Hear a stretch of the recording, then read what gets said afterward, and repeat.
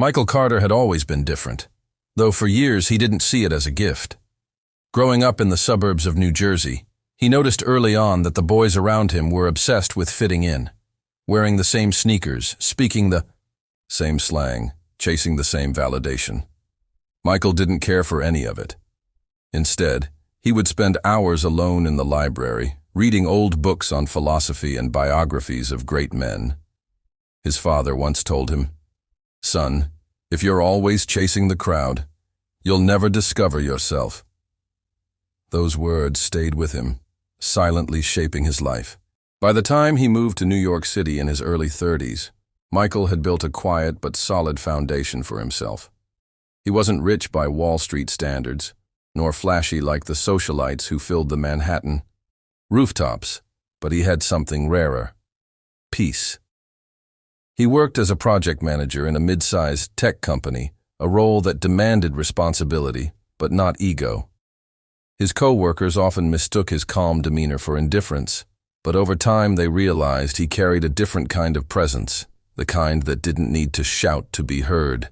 He had become a man grounded in himself. Most of the men in his office craved attention. They constantly sought to prove themselves through late-night bragging about deals, expensive watches, or wild weekends. They measured life in moments of approval, clinging to the applause of others.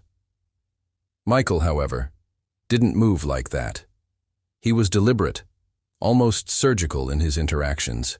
He spoke when necessary, and when he did, his words carried weight. It wasn't charisma in the flashy sense. It was conviction in its purest form.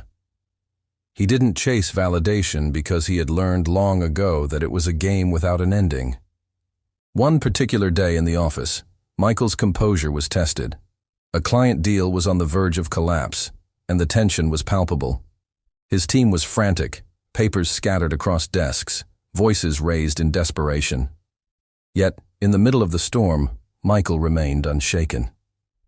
He moved quietly, reviewing documents, making calls with precision, never raising his voice. When the deal was saved, the office erupted in applause. His manager clapped him on the back, colleagues cheered his name, but Michael simply smiled, nodded, and returned to his desk. Later, a coworker asked, "Don't you want to celebrate? You just saved us." Michael replied, "Results speak louder than noise. I don't need more than that." This ability to stay calm in chaos was not accidental. It was forged through years of discipline. Michael believed deeply in the principles of Stoicism, the ancient philosophy he had first discovered during his college years. He often remembered the words of Marcus Aurelius: "You have power over your mind, not outside events. Realize this, and you will find strength." When others panicked, he breathed. When others shouted, he listened. His composure,